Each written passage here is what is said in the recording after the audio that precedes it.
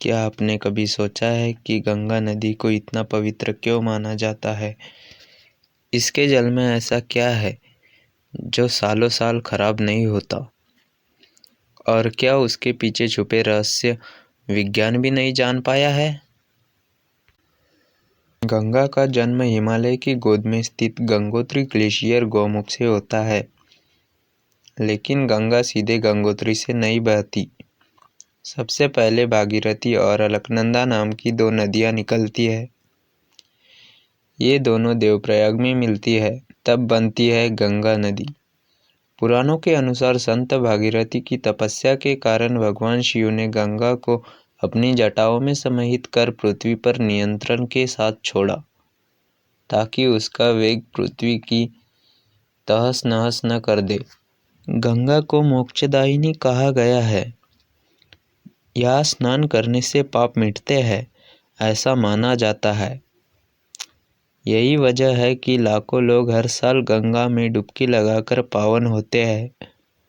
महाभारत, रामायण और कई ऐतिहासिक ग्रंथों में भी गंगा नदी का उल्लेख हुआ है। तो दोस्तों, क्या आप जानते हैं गंगा का रहस्य विज्ञान भी नहीं सुलझा पाया है। गंगा के पानी में एक खास प्रकार का बैक्टीरिया पाया गया है जो पानी को प्राकृतिक रूप से शुद्ध और रोगमुक्त बनाए रखता है। गंगा में करोड़ों अस्थियां विसर्जित की जाती हैं, इसके बावजूद पानी साफ रहता और चमकदार रहता। गंगा के प्रवाह में कई बार गुप्त धारा या अदृश्य धाराओं की बात भी सामने आई है। कई बार गंगा तटों पर तैरते हुए अनजान शव और अस्थियां के रहस्य चर्चा में रहे हैं। कहा जाता है इनका गंतव्य भी रहस्य ही बन जाता है। बूढ़ी गंगा नाम की प्राचीन धारा आज भी शोध का विषय है।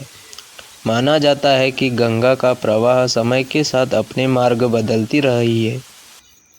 नदी का स्वरूप हर मौसम के अनुसार बदलता है, कभी शांत, कभी प्रलयकारी, जो अपने आप में रहस्य समेटे हुए है।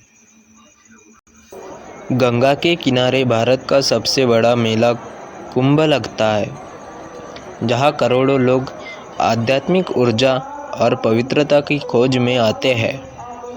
गंगा केवल एक नदी नहीं, बल्कि जनमानस की आस्था, शक्ति और चेतना का प्रतीक बन चुकी है। संगीत, कला, साहित्य सभी में गंगा का गुणगान होता आ रहा है।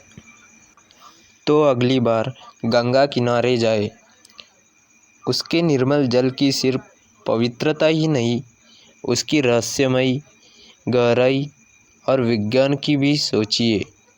ऐसे ही रहस्यों के लिए चैनल को लाइक, सब्सक्राइब और शेयर करें।